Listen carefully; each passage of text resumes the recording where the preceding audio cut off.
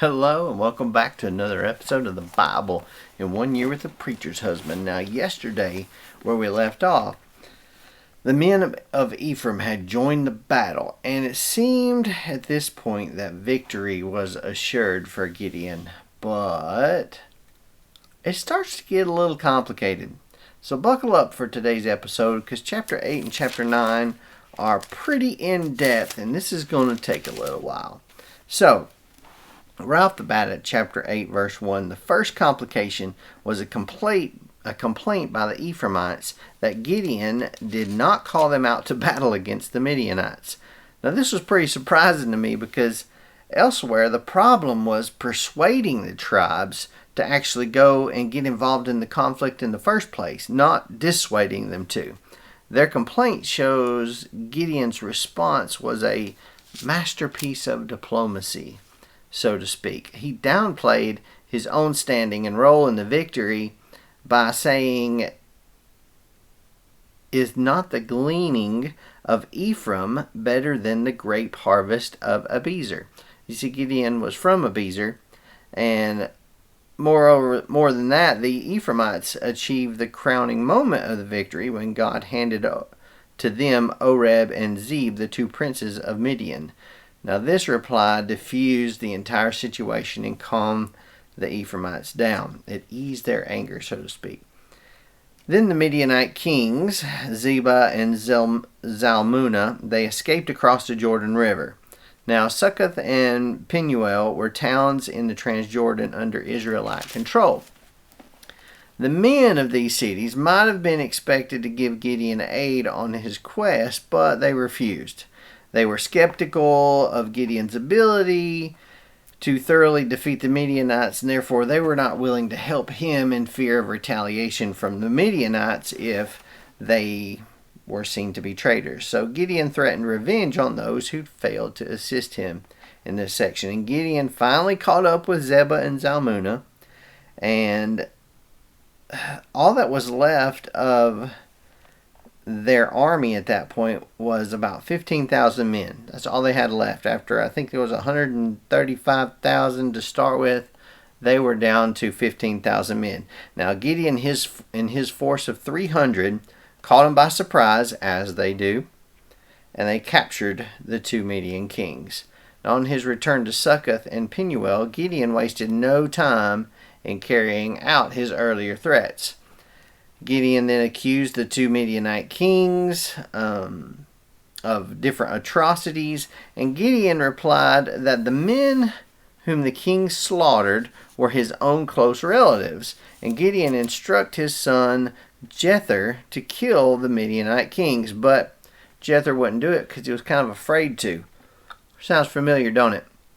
It must run in the family because Gideon was afraid to even start off on this task to begin with. Well, Gideon decided to kill them on his own instead and took for himself their crescent symbols of royalty. Now, the Israelites recognized right away the significance of Gideon's behavior, and they asked him to rule over them as the founder of a dynastic line. Now, though they carefully avoided the word king in this scenario, it's clear that they were offering Gideon that office. Gideon, he acted precisely as a king would right after that.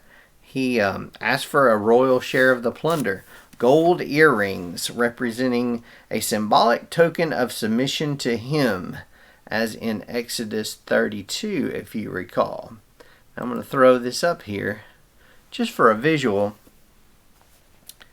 He took all of these earrings from all the people, and they were used in Exodus 32 in making a golden calf.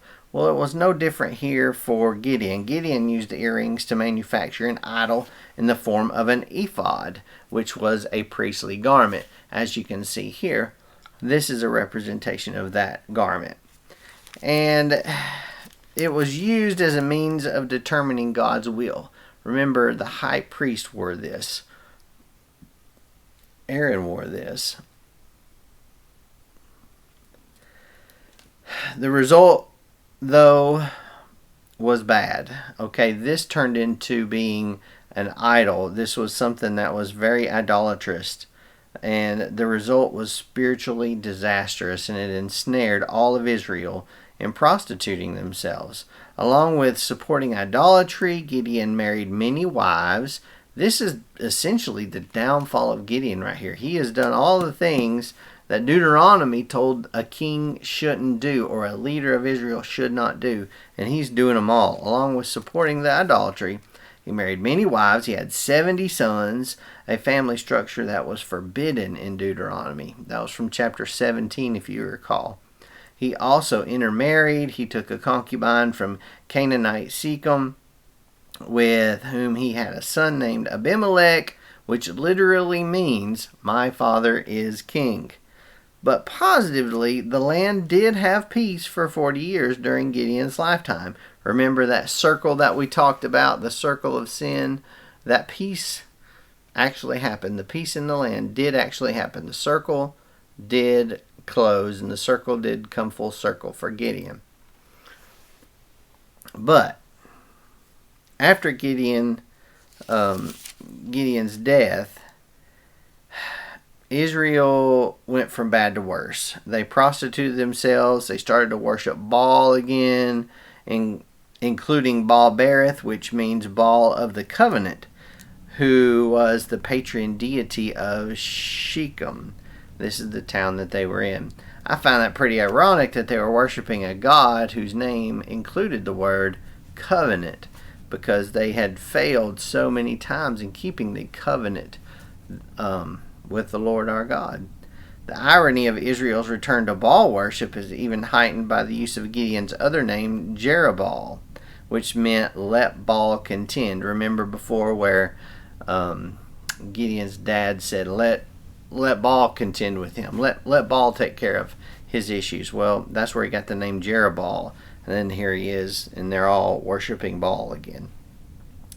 Gideon may have formally declined the kingship, but Abimelech here, whose name of course means my father is king, had absolutely no such scruples about him.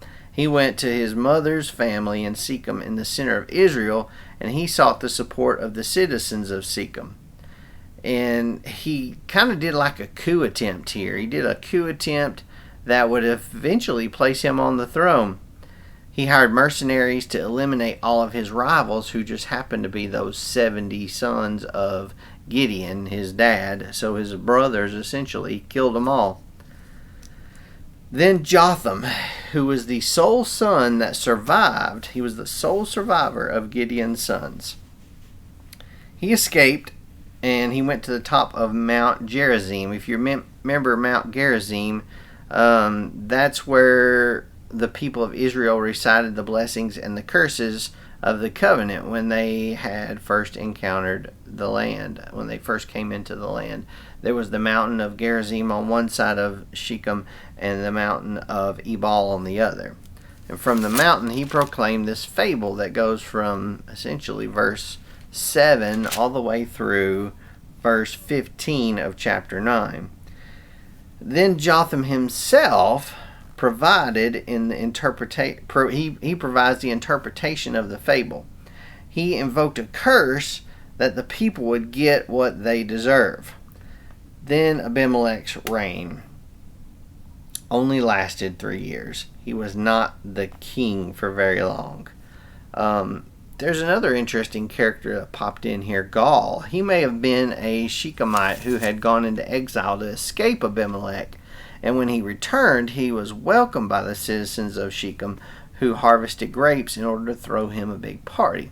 Well, during this big party, the participants started drinking a little bit, getting a little tipsy, a little drunk, and then they cursed Abimelech during this process. And Gaul claimed that if he were the king, he could do a much better job of running Shechem than Abimelech was. Well, Zebul, who was Abimelech's governor in Shechem, he called Gaul's bluff on this. And he forced Gaul to lead the citizens of Shechem against Abimelech's army. But Abimelech's army massacred them. They massacred them and all the inhabitants of the city, tore it down, and he scattered salt all over it. And strangely enough, this fiery destruction of the citizens of Shechem perfectly matched the imagery of Jotham's fable in verses 7 through 15. And encouraged by his success at Shechem, Abimelech, being the greedy guy he is, decided that he wasn't very far from Thebez, and he would just go take that town. Well, instead, he got killed when a woman dropped a millstone on his head. Boom! But of course, he didn't want to go down in history as the king that got killed by a woman who threw a millstone down on his head. So he had his slave, the guy that was with him there, his page, his squire, whatever you want to call him at the time, to run him through. He basically stabbed him and killed him, finished him off the rest of the way, because he didn't want to go down in history as the guy that got conked on the head by a millstone. And that is the Bible in 1 year with the preacher's husband for today. I know that was long, but it was in depth. If I missed something, which I did, I skipped a lot. This was some pretty deep reading today. Put it in the comment section. We'll talk about it there. But I hope to see you tomorrow for another episode. Tomorrow we're going through Judges 10, 11, and 12. 3 chapters tomorrow. I hope to see you then. Adios.